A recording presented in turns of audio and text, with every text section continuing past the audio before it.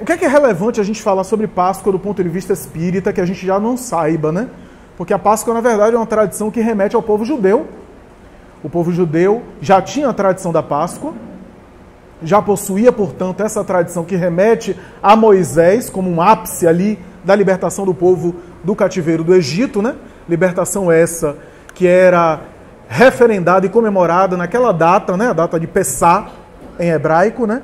Que é essa data da Páscoa judaica, e que os judeus se reuniam especialmente em Jerusalém para comemorar a libertação do cativeiro no Egito, graças a toda aquela história que está contida no Antigo Testamento, que, aliás, remete antes mesmo, né, da saga de Moisés, quando do sacrifício do cordeiro poupando a vida do filho de Abraão, o filho Isaque.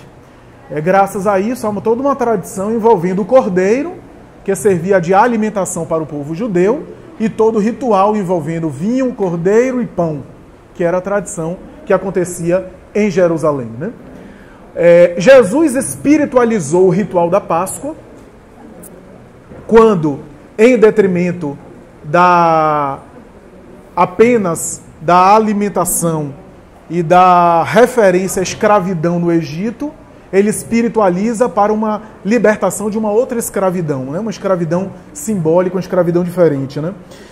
Tomando o lugar do cordeiro e servindo-se aí de holocausto, fazendo aquilo que o filho de Abraão não fez, né? É como se ele tomasse o lugar de Isaque, e Isaque, que ia ser sacrificado por Deus, não foi, o cordeiro é que foi no lugar dele, e Abraão sai mais tarde com o jumento esse simbolicamente que a tradição dizia que o Messias deveria entrar na Páscoa judaica em Jerusalém sob o jumento.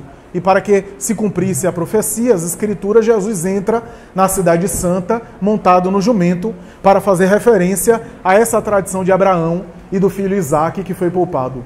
Então, no lugar do primogênito, no lugar do filho de Isaque, do filho de Abraão, que não era o primogênito, Isaque, ele então toma o lugar, na verdade, de Isaque e se auto-imola, tomando, portanto, o lugar do próprio cordeiro, né?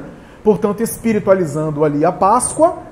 Para nós espíritas, o que é que fica? Porque o espiritismo não tem Páscoa, o espiritismo não tem uma tradição litúrgica, eclesiástica, tradicional, ortodoxa, específica. O espiritismo não tem uma Páscoa, né? Não tem um ritual, portanto, não tem uma Semana Santa, entre aspas.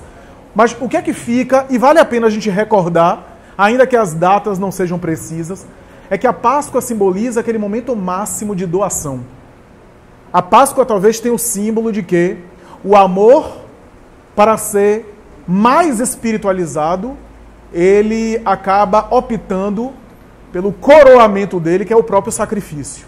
A Páscoa representa aquele momento do coroamento do amor, ou o coroamento da espiritualização do indivíduo, quando, por amor, o indivíduo se autodoa. Representado ali em Jesus, né? É como se o amor ressuscitasse à medida que ele se sacrificasse. O amor se espalha à medida que ele se doa. Essa é a ideia da Páscoa. A Páscoa tem esse símbolo, né? Que é a morte dele e a sua ressurreição. Tanto é que na última ceia ele diz que até agora eu vos tenho chamado de amigos, pois a partir de hoje eu vos chamo de irmãos. E eu vos dou um mandamento ainda maior. Maior em referência ao quê? Ele está fazendo uma comparação.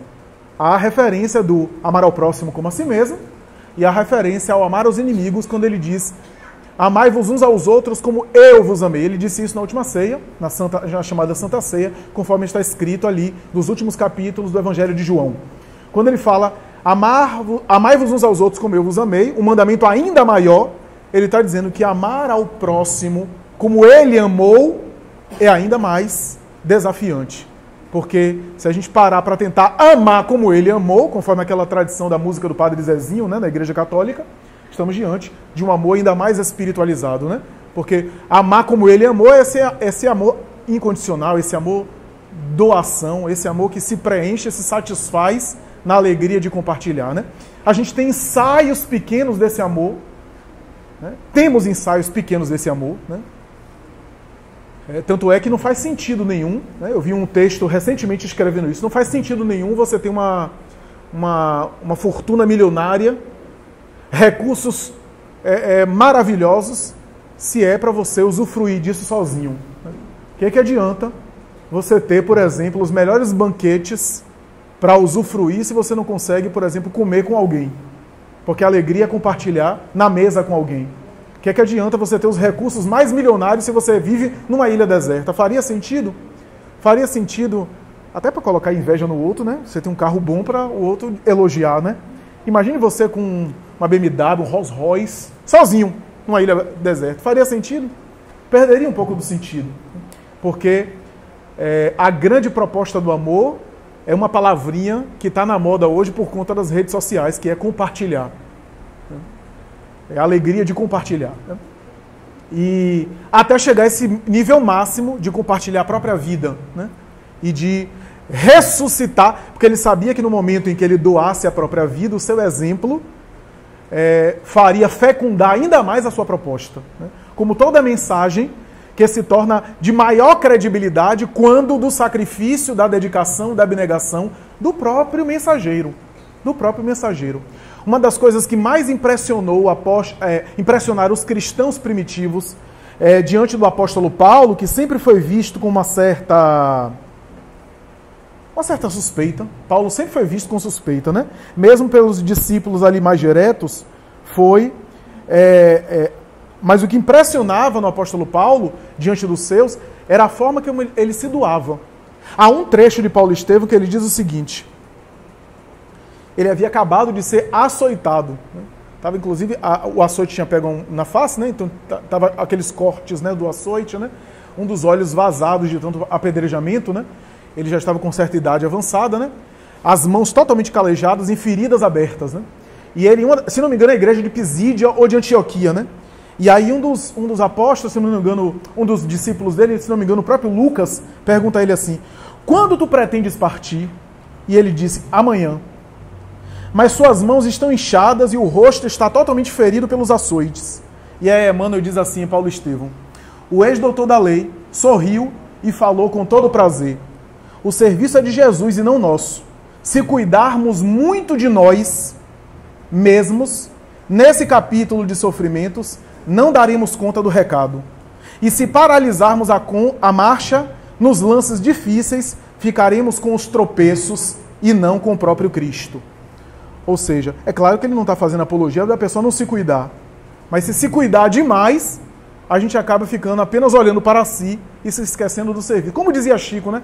Chico dizia que se eu esperasse tranquilidade na vida para fazer alguma coisa, e uma vida sem problemas, eu não teria feito uma única coisa. Né? Então, a Páscoa tem esse símbolo, que é você conseguir amar na dificuldade. É você conseguir estabelecer uma relação saudável com o sofrimento. Porque eu não estou fazendo um discurso de masoquismo, nem de apologia ao sofrimento, não. Mas uma coisa é certa, e todo mundo sabe, a gente sofre na Terra. A constituição física nossa é inerente a ela o sofrimento. Algum nível de sofrimento pela própria matéria na qual a gente vai viver. A gente precisa estabelecer um tipo de relação equilibrada com o sofrimento. E a Páscoa é justamente esse momento ápice de amar na dor. Né? Portanto, é uma lição. A paixão de Cristo não é uma carnificina apenas para a gente se lembrar da Semana Santa. É aquele símbolo da autodoação. Autodoação essa que se ressuscita. Né? O amor se espalha ainda mais, né? Ele costumava dizer: quando eu for erguido, eu vou atrair muitos, né? Judas pensava que ele ia ser erguido num trono, né? E ele estava se referindo à cruz, né? Porque o valor de uma mensagem está no suor e na lágrima do próprio mensageiro, né? Ou seja, naquilo que o mensageiro consegue iluminar com a sua conduta, né? Então, ele deu o exemplo máximo. Tanto é que Joana tem uma mensagem que ele vai dizer assim: ele não... O seu martírio não foi uma obrigação. Ele optou por se doar. Ele optou por sacrificar a própria vida. Ele fez por amor e não por obrigação. Então, esse é o símbolo da Páscoa. Né? Esse é o símbolo, talvez, que a gente deva trazer para a gente. Né? A Páscoa é esse momento máximo na vida de todos nós. Vai haver um momento na trajetória nossa como espírito, não precisa nem ser nessa encarnação, mas na nossa trajetória como espírito, vai haver um momento em que a gente vai ter que passar por uma paixão, semelhante à paixão de Cristo, porque paixão vem de patos, né? Patos do grego, sofrimento, né? Doação, autodoação, né? Na vida de todo espírito há um coroamento, né? E o coroamento é o testemunho pessoal, é a própria vivência, né? Das lições, né?